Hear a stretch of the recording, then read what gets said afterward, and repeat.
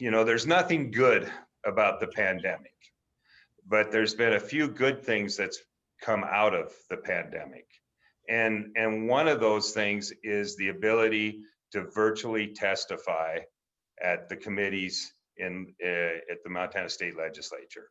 This is going to provide an opportunity for Montana Farmers Union members from all over the state to be more involved in participating in this program. You won't have to drive to Helena to be able to testify on legislation that's critically important to us.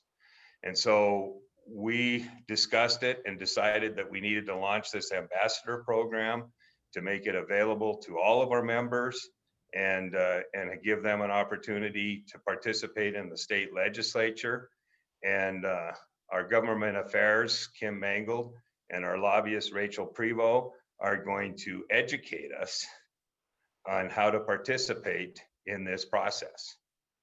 And so I'd like to introduce them and let them take over. One of the things is this is a interactive process. So if you've got questions, please either put them in the chat box or I think the process is if they unmute, they can talk. Isn't that right, Lindsay?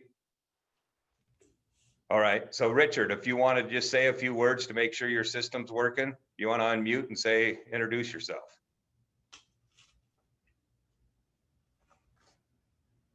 He doesn't want to, you know how to unmute? Okay. Good enough. We'll go ahead and get started. All right, there you go. Good. All right. I'm doing it over a smartphone. Never done it before on a smartphone. So. Well, you just proved that you're smarter than your phone. Well, that's what my cows tell me. So. And Nick, now can you pipe in? You were having problems. Can you hear me now? Yes, we sure can. All right. Now, thanks. Nick, he's the government affairs guy from Wisconsin, so it'll be nice to have his input as we go along here. And I just want to be a fly on the wall. I thought this was a great idea. It's something we might try to do with our members too. So Kim, I'm just going to listen and learn. So thanks for letting me join. All right, well, I'm going to turn it over to Kim and Rachel. Okay, gosh, thanks everybody for joining. We're been really working hard on the legislative session currently, and we can't tell you how much we appreciate partners coming in and maybe helping us through some of this process, as well as helping us to address some of the support or opposition to bills that are going to be coming through the pike. And so there are a number of areas of interest during this session, everything from what we're interested in country of origin labeling, as well as right to repair and product of the USA resolution. We're also looking at some soil health initiatives and a resolution to address soil health in the state of Montana. We're looking at even examining some farm to school activities and events, and supporting double SNAP dollars going into the system, which helps our local producers.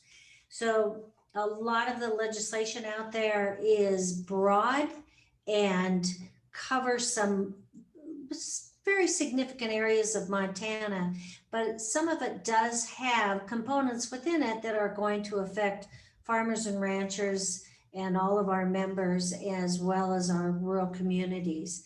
And so if it seems like we're examining a bill over and over again, you'd be surprised how often there are small technicalities within each bill that really do affect us all. So really want to talk about, when you're first beginning this process and you want to be an advocate and you want to support what's going on with Montana Farmers Union, or you even want to oppose a bill that you think that Montana Farmers Union might be supporting, it's a good way to start this conversation off. And it's also a good way to give us the heads up that we need to spend little more time examining a bill or looking at your position within a bill. So we want to hear from our members throughout this process. I'm going to start first with Lindsay, if you can bring up the website for montana.gov. Well, let's talk about this actual diagram first. So we put this diagram in because we wanted everyone to understand that the process is moving constantly. And so you're going to have a bill that might be introduced in the House or the Senate, and it moves up and down between committees. It moves up and down and across between the Senate legislators and the House legislators. And then also it goes back and forth on each floor. And so if this looks like a complicated diagram, it is. And you'll see the arrows show the motion of the bills. It doesn't even take into effect the fact that when there are conflicts or there are amendments, how those have to go back and forth, back to committee or referred to committees. So we wanted to show that process and print this out if you have an opportunity to look at it even more closely, or if you want to contact us, we'll try to get you one of the books that has the diagram in it. If you can go to the second slide, Lindsay. It is the montana.gov website, and you're going to go into so this is the one. This is under the Montana legislature, and this is the 2022 or 21 legislature. And so you're going to want to be comfortable with this page. And there is a little bit on this page that allows you to quickly access the bills that you're looking for, the areas of interest, or again, your legislator that would be sponsoring a bill, or you just want to talk to your legislator. And so you're going to want to go to this site first, and you can access it through Montana Legislature, or you're going to go through the montana.gov website. And then you can set priorities of bills that you're really interested in, and you would go, there you go up, go to the bottom of the page, and there's a section there that tells you can set your priorities. However,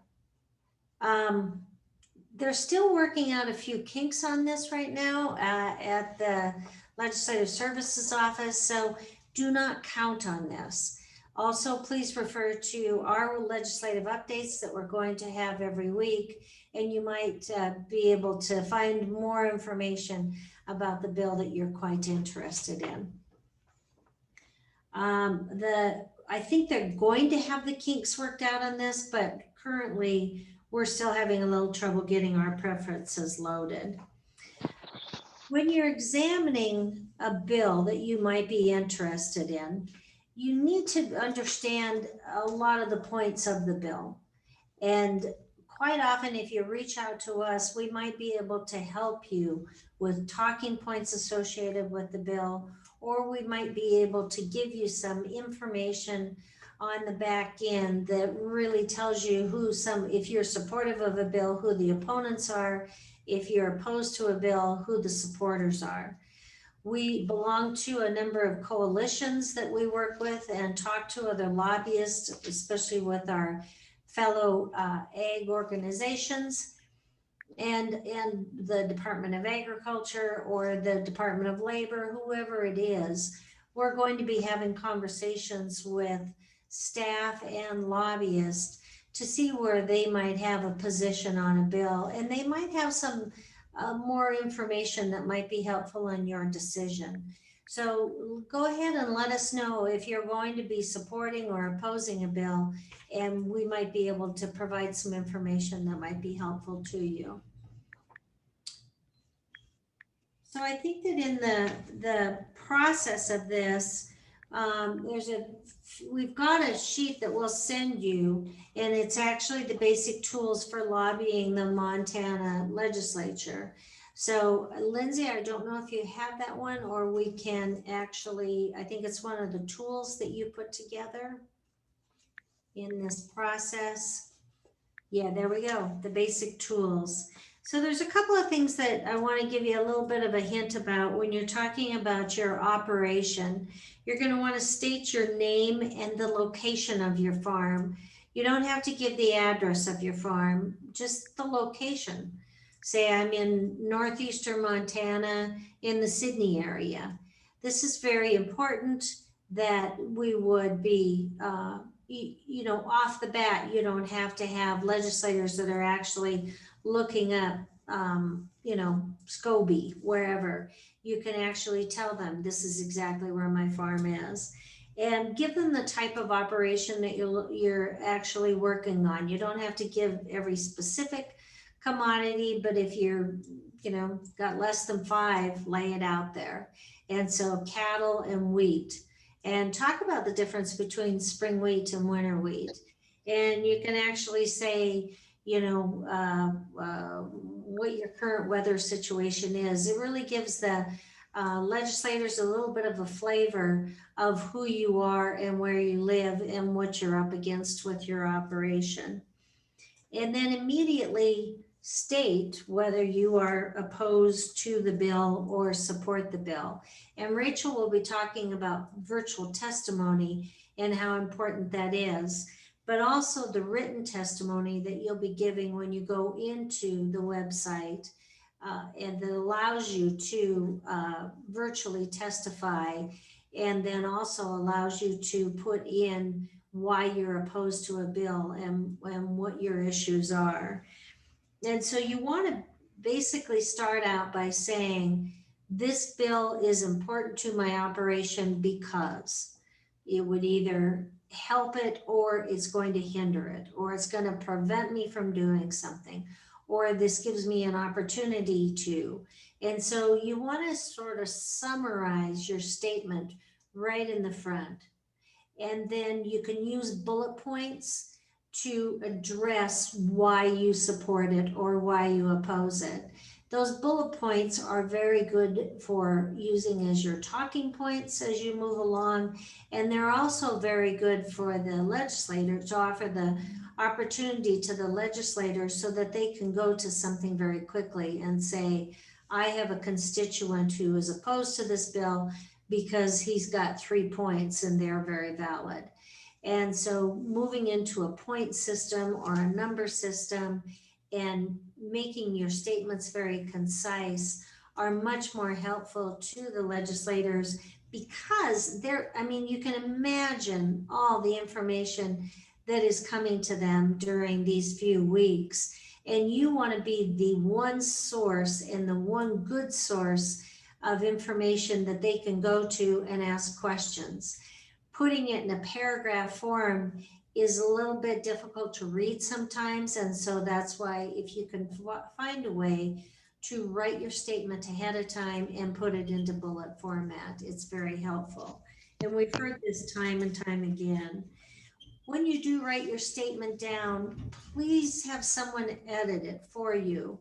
That often helps, because if it's an issue that is near and dear to you, you know what a lot of the details are. But having a third party edit your testimony or edit your statement that you want to load into the legislative page and the committee hearing is important, because they're going to ask you questions that you maybe need to provide that information to the legislator. So if you have a third party, I really recommend someone else using it. I see Cindy is on the call, Palmer is on our call, and she's the best editor that I know.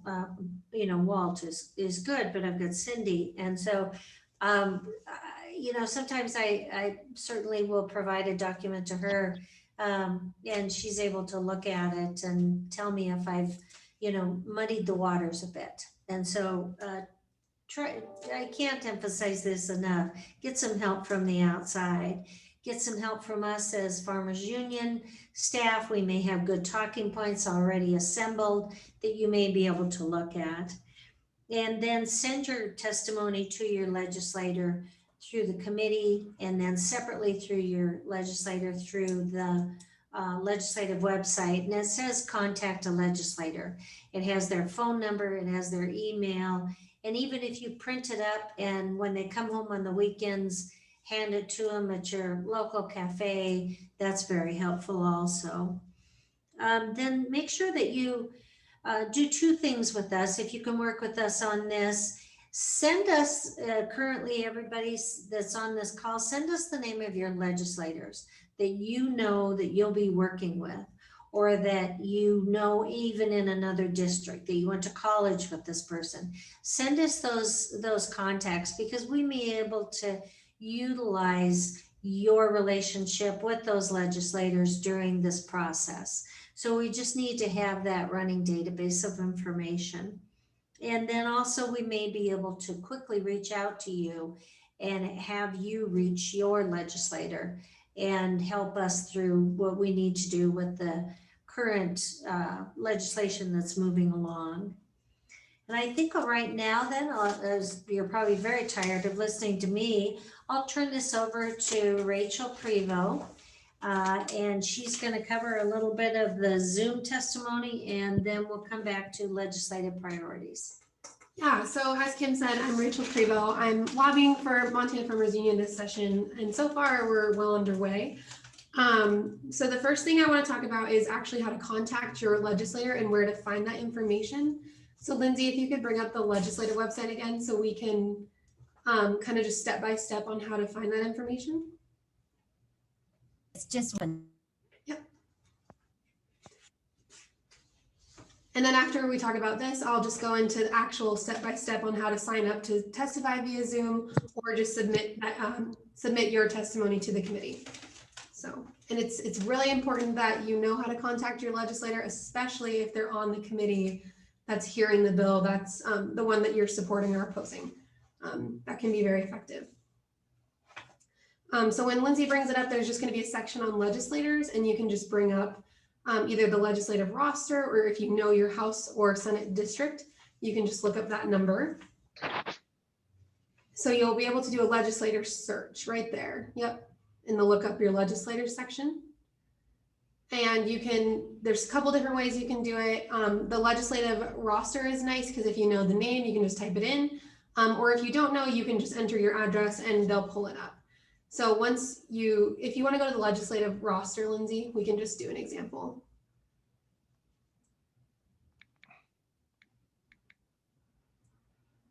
Just that middle option.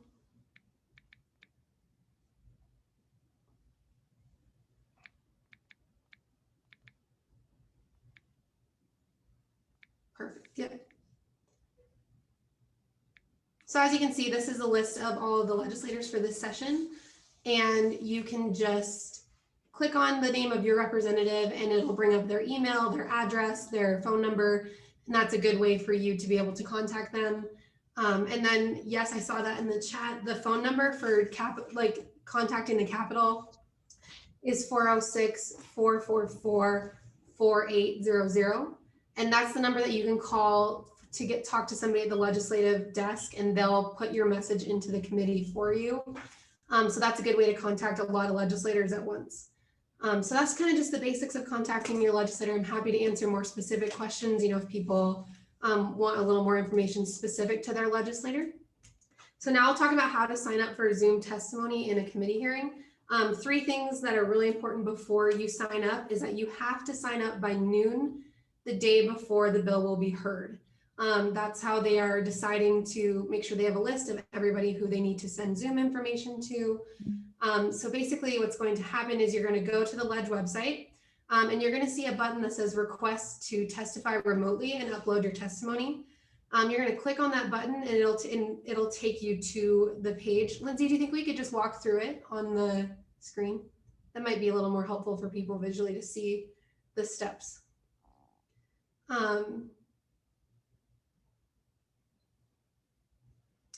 Yep, so if you just click that Montana Have Your Say graphic, it just opens up. And this is where you can sign up by noon the day before it'll be heard.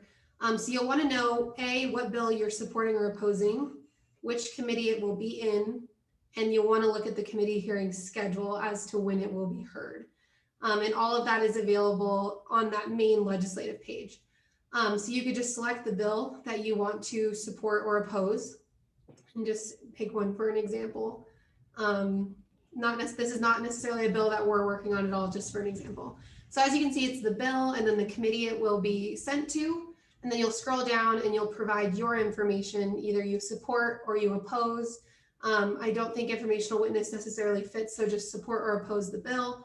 Then you'll put in, you'll hit no for representing a party other than yourself. Your full name, your email, and your phone number. And it's really important that you put your most current email that you use, because that's where they'll send your Zoom information. And then your phone number is how they'll contact you if they're having trouble getting you that information. And then there's also a number that you'll be able to call if you're having trouble. So then you'll put in your city and state of residence. Again, not an exact address, just your town in Montana. If you want to scroll down, this is where, when Kim talked about developing your testimony and why you're supporting or opposing that bill, this is where you can write it in.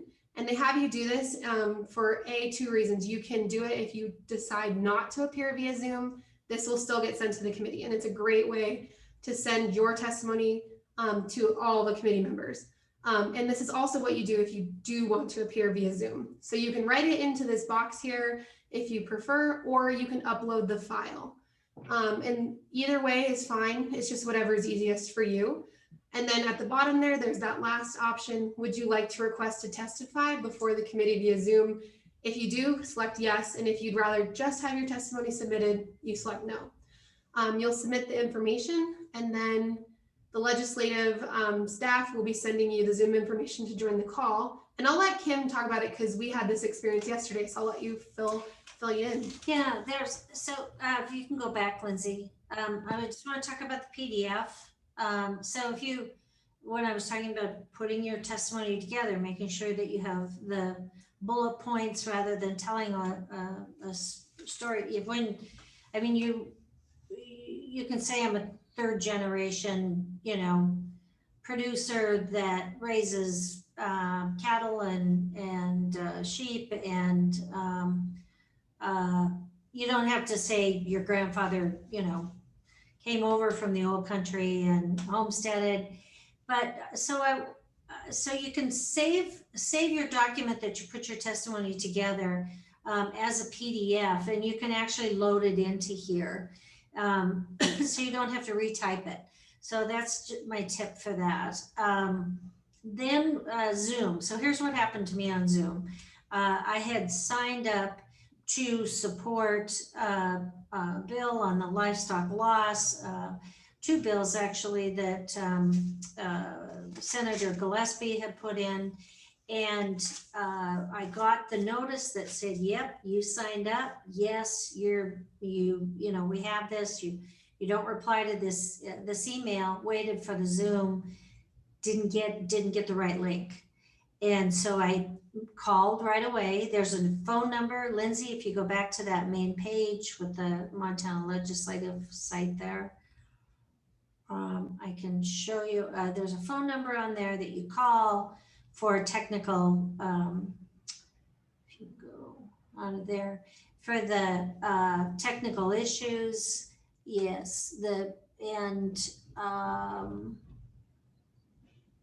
well, maybe it's not on here. I'm not. I think it'll come in the email. It comes in your email that says, yeah, here it is. So there's a phone number on there. You can say, hey, this link didn't work. And they're really doing their best. They thanked me for my patience quite a bit. So you contact them and say, I'm having a technical problem getting in on Zoom. I'm scheduled to testify. And they try to get you on pretty quickly. I had another technical problem when I did get the Zoom, in that the raising your hand function wasn't working on mine. It was locked up. So they said they've taken care of some of that, but that was one of the concerns that was raised by a couple of other people that tried to Zoom in and provide testimony. So while you're Zooming, keep that technical number on standby, because you may need it in order for them to let your raising the hand go so that you can raise your hand, and then they will call on you in that process. When you are testifying, you want to make sure that you are testifying in the format that is exactly like that as if you were to do it in person. So you will address the chairman by his last name. I could say his because they're both men in this session, like in the ag committees. And you will, if it's woman, of course, the other way. But if it's the chairman, you address the chairman, and then you can just say members of the committee. And you will then be able to introduce yourself, tell a little bit about your operation, and then say, I oppose this bill because, and use your talking points to move through it quickly. You want to be very brief, but you want them to understand how important your opposition is to this. And so again, at the end of it, as you would in a testimony that you would be providing in person, you're going to end it by saying, thank you, Mr. Chairman, and thank you, members of the committee. And then you will be able to step off and they'll just call on someone else. There's not a lot of question and answer periods with the Zoom participants, but there is that opportunity. So you may have to weigh in if someone asks you some specific questions. If you're asked a specific question, you will again say, thank you, Mr. Chairman. Thank you, members of the committee. Here's my response to the question. So there is always a give and take back and forth with each of these committee hearings, and you want to make sure that you're really respectful and address the chairman first and members of the committee. And now we're going to talk a little bit about legislative priorities and the. So Eric, I think has something he wants to say. Jim, if you do get asked a question, again, like you said, address the chair, Mr. Chairman, Representative so-and-so, thank you for the question. And, you know, if it's a specific representative, acknowledge the representative or senator that asks you the question. So you don't, again, it's just a protocol thing. So you're not coming across dumb. You can if you know them, especially. It's a little hard to see them now in the committee meetings when you're on Zoom. You can't see their nameplates where you would have in person. And so you might know who asked the question. Yeah. So I don't know. If you know them, great. Don't, certainly do that. But you do cover yourself when you say members of the committee. And also, I just want to add that when you are kind of, every chair has been handling their committee meetings a little bit different with when they bring in the Zoom testimony versus when they let the in-person people go first. Sometimes they let in-person go first and then Zoom. Sometimes it's Zoom people first and then in-person. So far, I haven't seen any limits to testimony of people via Zoom or in person. So just kind of be aware and pay attention as to how the chair is asking people on Zoom to participate and how sometimes they'll do 2 from Zoom, 2 in person, 2 from Zoom, 2 in person. Depends how many people are lined up for the bill. So that's just something to be aware of. Every committee is a little bit different. So far with the House Ag, they have just done in person and then Zoom participants. So that's what I wanted to add. It's still a little clumsy. It'll get a little bit more streamlined, and they'll be able to perfect it. There are some chairmen that are talking about limiting testimony just because they're trying to move through some of the clumsiness. But for right now, I think that we're hearing that they're not limiting it too much. Any other questions about this area before we move into priorities? Great. I think one of the things that I want to point out is that virtually you're able to watch the other people testifying. Be cognizant of what they're saying, what they have testified, so that you're not repeating the same thing over and over again. You can say that you support whatever Tom Jones had to say, and then say something new and different. But don't repeat what Tom Jones had to say. Respect their time and the committee's time as well.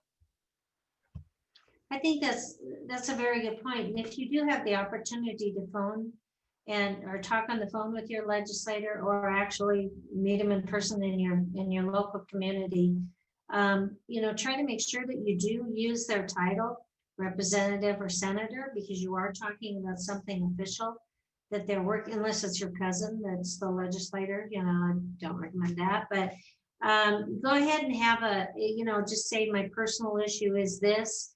But again, if they've heard this in committee, just try to be brief with it. And also go ahead and watch some of the committee hearings.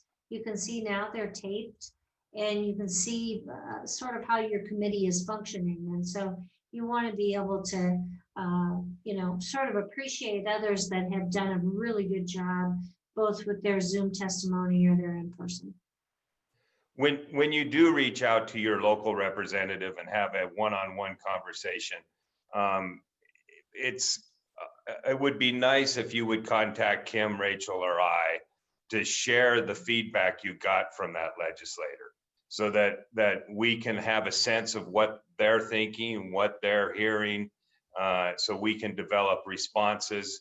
If they have questions, absolutely get in touch with one of us, so that we can get you the answers to get back to them with, or Kim and Rachel can get to them with the answer. Great. Anything else on this area before we move into what we're working on our priorities? Okay, country of origin labeling is one of our Montana Farmers Union's priorities. Currently, it is still an LC, and so we're working through that. The LC number, do you have For pool? Yeah, It's 0371. that is we're trying to get it through legal and try to get it out, and so we can get a bill assignment to that. We'll notify you on our legislative update every week on where that is progressing. We have we have two sponsors in the House, and we have one in the Senate. So we're hopeful that we'll be able to jog it loose soon and get it out of that LC, the land of LCs right now. We also have some myths debunked. And that information is available on the Montana Farmers Union website. Thank you for pulling that up. And you'll be able to basically read through that, and that might help you if you do approach your legislator in your community, or you're going to provide written testimony. Please look at some of those myths that are debunked, and I think that that'll give you some pretty good ammunition. We're also working on a product of the USA resolution. That gets a little complicated right now as a bill, because there's some issues that are involved with federal legislation and the way that labeling occurs. But we want to send a strong message to the feds and to Congress that we want to see some changes in that product of the USA label. And we think that it's really important to address this in a resolution. We also have sponsors for that. We have a sponsor in the Senate. And excuse me, in short, with product of USA, what we're encouraging the USDA and Congress to only allow the product of USA to be put on a package of beef or pork that was born, raised, and harvested in the United States. We have a sponsor in the House is Willis Curdy from Missoula, and we now have a sponsor in the Senate is Ellie Boldman. She agreed last night to carry this, and it seems to be very excited about it. So we've got language moving forward, and we'll be able to post that language and show you what it looks like. We've got the right to repair bill. We've talked about this in a lot of our updates and in our newsletter. And the right to repair bill certainly allows for the major equipment dealers and local mechanics to utilize some of the software that is sold by John Deere, Case, who else? Brault, what other companies? Agco Alice, and really what's happening right now is these manufacturers are not sharing the diagnostic software, computer and hardware to identify the error codes and what that means so that you have the right to repair your own equipment.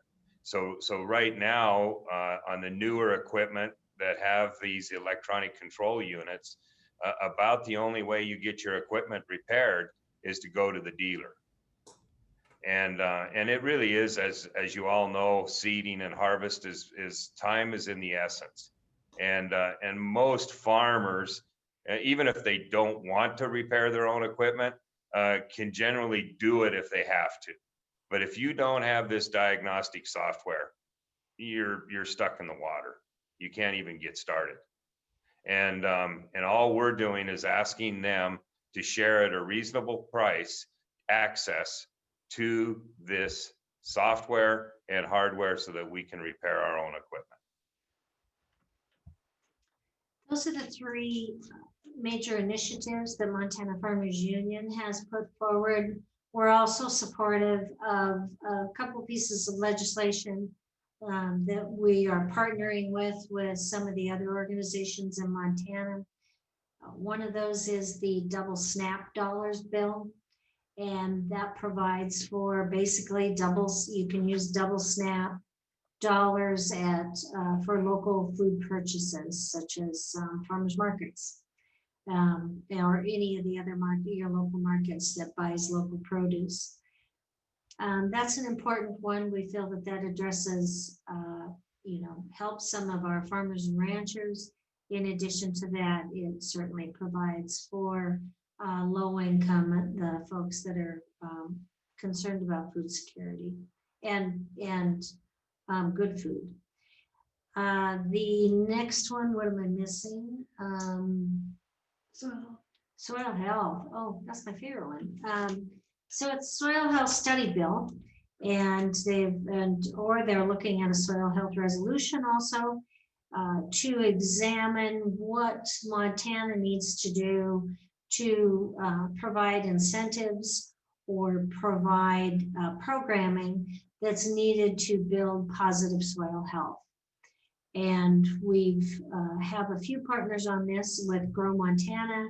Additionally, there are other partners that want to weigh in on this and try to provide the first step in communicating with the federal government that we have a plan and we're moving forward with that plan on some level. And so we want to basically get in front of any soil legislation, soil health legislation that's coming down the pike with the federal government, and also get a really firm program in place and that people are in agreement with to address positive soil health. We're again looking at a farm to school legislation, and we initially thought that was going to be moving forward. It stopped. We're moving back into it again, and we'll be able to provide more of a farm to school update in our next legislative update at this point. So I think that is the priorities that we have. We're supportive of Northern Plains Resource Council's CPACE bill, which provides incentives for renewables.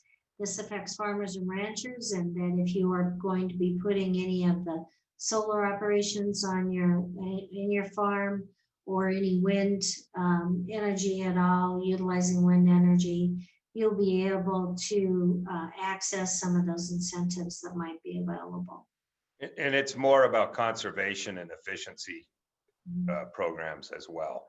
And it is a self-funded program where it's not a program asking for tax dollars or general fund dollars. It's self-sustaining. And I think you need to emphasize that whenever talking about the C-Space bill. Right, Rachel? Yes. Rachel's experience was she interned with Northern Plains Resource Council, which is a close partner of ours throughout this whole legislative, well, and always, but throughout this legislative session. And since she interned, she's got to step up with us, all the energy, so. Any questions about the current legislation? There we go.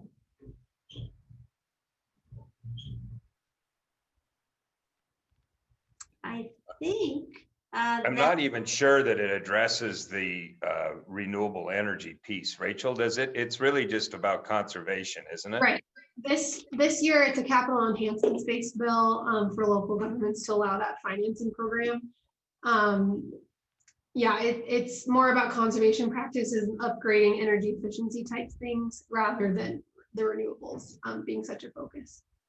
And that really is the low hanging fruit when it comes to electrons is going after conservation and efficiency. But we do have some information. Northern Plains has this as a priority.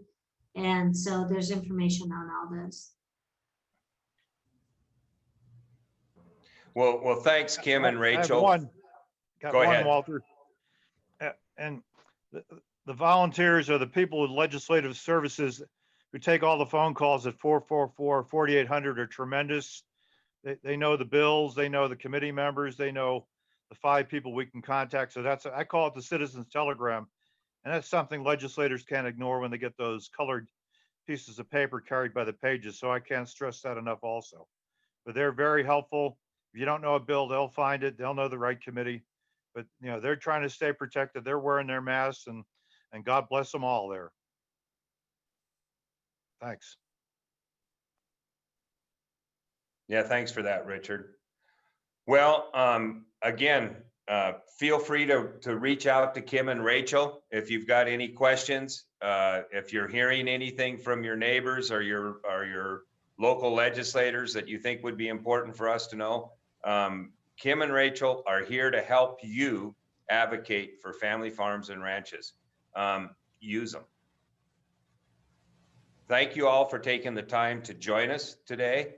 And I look forward to working with you on some critical legislation for family farms and ranches.